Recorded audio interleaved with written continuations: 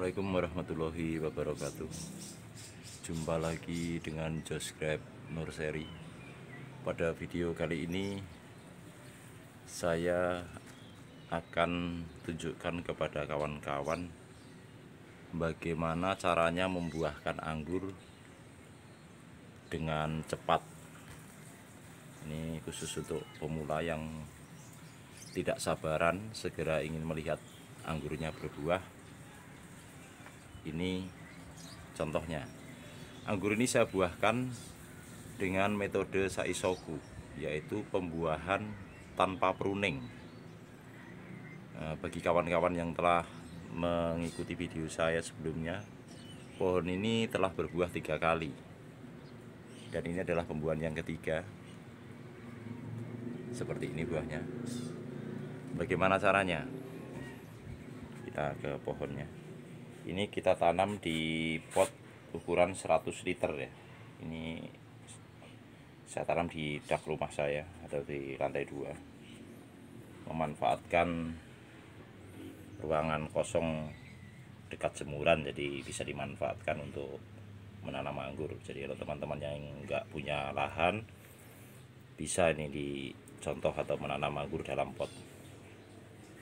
Naik ke atas, ini pohonnya, varian Ninel. Nah, ketika pembuahan pertama maupun kedua telah selesai, saya melakukan renewal spur atau peremajaan cabang tersier secara keseluruhan. Ini tersier yang dulu saya potong, tidak tumbuh, tapi yang tumbuh yang di bawah itu, lihat ke sana ya. Kemudian ini sekunder, ini tersier, sama. Ini saya pangkas di sini. Dulu ini sekundernya, ini saya pangkas di sini. Ini menjadi tersier, saya pangkas kembali. Jadi saya memecahkan but baru untuk membentuk cabang tersier ulang. Seperti ini penampakannya ke atas. Lalu setiap cabang tersier yang tumbuh ini, daunnya kita tahan 2. Tuh, 2 semua ya, ini belum pecah nih. Kita tahan 2 seperti ini. Nih, ketika masih kecil ya, di potes 2. Lalu tunas airnya yang ada di cabang tunas air ini ditahan 2, tumbuh, kemudian akan tumbuh lagi tunas air di sini dan di sini. Kita buang. Ini dilakukan sejak masih kecil ya. Lalu setelah kita buang sampai sana, begitu terus sampai sana, sampai ujung. Ketika masih kecil, kita pucuknya kita potes. Ketika masih sangat kecil, cukup pakai kuku aja di ujungnya sana. Setelah sana dihentikan, maka pertumbuhan akan berpindah ke tunas-tunas air ini, karena ujungnya kita hentikan. Nah, jelas ya sampai di sini. Tunas air ini nanti akan pecah but yang di sini, yang tadinya kita tahan. But dari tunas air ya. Dan lihat hasilnya. Bawa bunga. Nih, bawa bunga. 1. Ini juga sudah pecah dan bawa bunga. Terlihat ya. Lalu yang ke sini kita lihat pecah dan juga bawa bunga ya. Lanjut yang ini, kita lihat juga bawa bunga, itu terlihat di atas. Yang ini juga bawa bunga. Nah, setelah ini bawa bunga, tunas-tunas air lagi kita buang lagi yang tumbuh di sini seperti ini. Nih, di ujungnya ini ada lagi tunas air tumbuh lagi. Kita buang begini ketika masih kecil. Nah,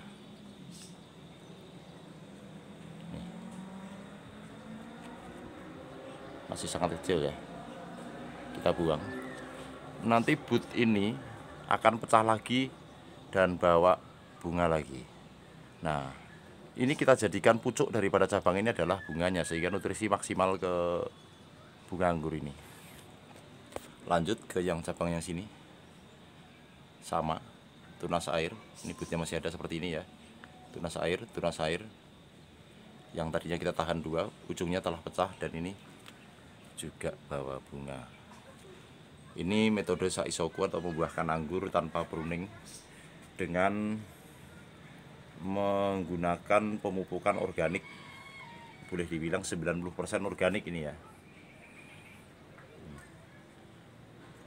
Pupuk yang kita gunakan rutin seminggu sekali yaitu POC urin kelinci, MKP, KNO3 putih, dan boron, serta NPK Pons Kapes. Perbandingannya kalau untuk satu tanaman, kita menggunakan 1 gelas POC dari urin kelinci untuk air 5-10 liter ya. Kemudian KNO3-nya setengah sendok, MKP-nya setengah sendok, boronnya 1/4 sendok teh. Kalau MKP dan KNO menggunakan sendok makan, serta Pons Kapes 1 sendok. Begitu kita siramkan untuk satu tanaman rutin seminggu sekali. Jadi dari sejak kapan pupuk ini dilakukan? Terus menerus dari awal. Keadaan berbuah begini, saya pun tetap memberikan pupuk yang sama.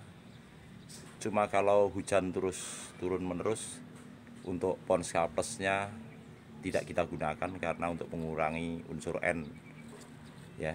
Karena air hujan sendiri sudah N. Karena kalau kelebihan nanti membuat daun menjadi agak keriting seperti ini. Nih, berbuah ya. Ini sudah untuk pembuahan yang ketiga. Jadi setiap cabang tunas air yang tumbuh, yang tadinya kita tahan, semuanya membawa bunga sampai ujung sana. Tuh, terlihat ya. Sampai ujung-ujungnya semuanya membawa bunga. Ini varian Ninel. Mundur ke sana. Kelihatan ya pohonnya. Lalu ada lagi yang bertanya, bisakah satu pohon anggur dibuat atau digrafting dengan 4 varian? Bisakah dia tumbuh, berkembang, berbunga, dan berbuah dengan baik? Ini saya bereksperimen pada varian Wing. Ini Wing ya, ini pohonnya sama menggunakan pot 100 liter. Itu terlihat. Ini Wing. Ini tetap saya pertahankan sebagai Wing. Ini ya. Lanjut ke atas. Cabang sekunder ini saya grafting dengan varian Jupiter. Itu penampakannya. Itu Jupiter ya. Sudah cukup panjang. Lanjut cabang yang ke sana, yang ini saya grafting di sini. Sebentar. Di sini ini terlihat ya. Masih terlihat graftingannya dengan varian Baikonur New. Pertumbuhannya kurang atau tidak vigor sampai sana itu. Sama, ini juga masih varian Baikonur New. Kelihatan para filmnya masih ada. Kurang vigor. Lalu di cabang yang ke sini saya tekuk, saya belokkan ke sini. Nih, ke sini terus, dan saya grafting dengan varian transfigurasi. Ini graftingannya di sini. Ini masih Wing, pohon aslinya Wing. Kalah dia. Ini transfigurasi.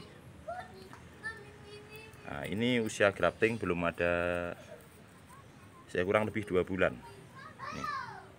Jadi kalau kawan-kawan yang tidak sabaran untuk membuahkan anggur secara cepat karena penasaran atau karena ingin segera melihat di rumahnya ada pohon anggur yang sudah berbuah, metode Saisoku ini menjadi pilihan yang tepat bagi kawan-kawan. Kita grafting ke sana pertumbuhannya. Semua tunas air kita tahan 2. Sini. Nih. Semua tunas air kita tahan 2 ya. terus sampai sini. Setelah ujungnya kita hentikan di sini. Tunas air ini 1-2 pecah dan bawa bunga siloen. Ini terlihat ya, agak sulit ngambilnya. Nih, ini tunas airnya bawa bunga. Ini varian transfigurasi, sama itu juga bawa bunga. Jadi ini sangat mudah. Anggur 2 bulan setelah grafting pun bisa berbuah dengan metode ini. Nah, di cabang yang ini ya, karena ini sedang berbuah. Untuk varian lain yang saya graftingkan ke pohon yang sama kalah, terutama Baikonur-nya dan wing. Karena ini dalam satu pohon saya buat 4 varian. Wing, pohon wingnya tetap asli wing, tetap kita pertahankan wing. Kemudian ini transfigurasi, dan yang di sana adalah Baikonur-nya. Kemudian yang di sini Jupiter, dan yang tumbuh dengan baik Jupiter dan transfigurasi. Itu yang lain kalah ya, karena kebutuhan nutrisi masing-masing varian itu berbeda, sehingga karena tran ini cenderung rakus nutrisi, maka cabang yang lain atau varian yang lain yang kita sambungkan ke pohon yang sama kalah. Ini pohon yang ini, yang cabang graftingan yang di sini sudah bawa buah, bawa bunga. Itu kan baru satu cabang aja kebetulan. Enggak, ini enggak kebetulan. Ini cabang yang kedua. Tuh yang di sini. Terlihat ya, yang saya grafting dari sana. Naik. Ini pun bawa bunga. Lihat, masih kecil cabangnya. Tuh, bawa bunga. Lagi. Terlihat ya. Bawa bunga. Jadi ini bukan kebetulan. Artinya metode ini memang sangat efektif bagi kawan-kawan yang ingin membuahkan anggur relatif cepat. Karena mungkin penasaran, pengen anggurnya di rumah cepat berbuah, atau mungkin telah melakukan berbagai cara untuk membuahkan anggur namun belum berhasil, maka metode ini bisa menjadi pilihan atau kawan-kawan bisa menirunya. Karena eksperimen yang saya lakukan di metode Saisoku ini telah saya ulang-ulang kepada varian yang berbeda-beda, dan alhamdulillah rata-rata berhasil bawa bunga. Ini udah subur. Di varian Angelica pun sama, sudah terlihat ya, bahkan sudah beriset dengan metode Saisoku, tunas air ditahan di 2 mata tunas. Artinya metode ini cukup efektif jika untuk membuahkan anggur dalam waktu yang relatif singkat. Ini istilahnya kalau kawan-kawan mengenal top walking, atau disebut juga cara mengganti varian anggur impor dengan menggrafting di cabang sekunder atau tersier di bagian atas pohon, dan hasilnya cukup baik. Jadi bagi kawan-kawan yang ingin menanam anggur dan membuat satu pohon dengan berbagai varian, menurut saya maksimal 2 saja lah, 2 varian aja. Karena kalau untuk hidupnya mungkin dia hidup, tetapi kalau tanaman anggur ini tidak dalam keadaan subur cabangnya, dipangkas pun percuma, dia nggak akan bawa buah. Jadi syarat untuk anggur bisa berbuah itu yang pertama subur. Jadi ketika tidak subur, kita berbicara pembuahan menjadi nggak tepat itu, karena syaratnya subur. Kemudian nutrisi tercukupi dan pupuk generatif kita berikan supaya merangsang tanaman untuk merubah fase dari vegetatif ke generatif. Maksimal kalau menurut saya dalam satu pohon 2 varian saja, karena kebutuhan nutrisi masing-masing varian berbeda. Jadi untuk karakter tanaman yang memang rakus nutrisi, dia akan mengalahkan varian lain, sehingga kalaupun berbuah, untuk varian yang lain tidak dipangkas, tidak berbuah, karena nutrisi lari ke cabang yang vigor-vigor ini. Di ini aja 4 varian, cuma yang tumbuh subur cuma 2, Baikonur-nya kalah. Yang subur transfigurasi dan Jupiter. Sangat mudah kok membuahkan anggur dengan metode ini. Jadi kawan-kawan cukup membiarkan cabang ini, cabang yang kita grafting atau cabang tersier, tahan 2 terus saja sampai panjang yang kita inginkan. Karena saya menginginkan panjangnya sampai sini saja, ujungnya kita hentikan, lalu tunas airnya pecah dan bawa bunga. Ini contohnya yang kalau kawan-kawan yang belum jelas. Nih, ini cabang tersier. Nih, ini baru saja saya hentikan. Contohnya seperti ini. Nih,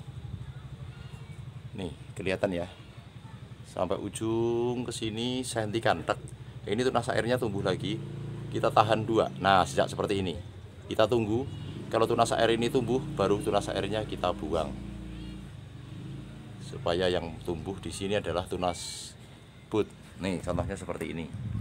Nih, ini tunas air kita tahan 1, 2. Ini tunas air akan tumbuh lagi. Kita buang. Nah, nih kita buang. Yang kita harapkan tumbuh adalah bud, tunas bud ini, yang nantinya pecah bawa bunga seperti itu. Tuh, kelihatan ya. Metode Saisoku membuahkan anggur tanpa pruning dan cukup efektif untuk membuahkan anggur dalam waktu yang relatif singkat. Tuh kok bunga lagi juga. Sekian dulu. Semoga video ini bermanfaat dan menginspirasi serta menambah semangat bagi kawan-kawan untuk menanam anggur di sekitar rumah kita. Wassalamualaikum warahmatullahi wabarakatuh.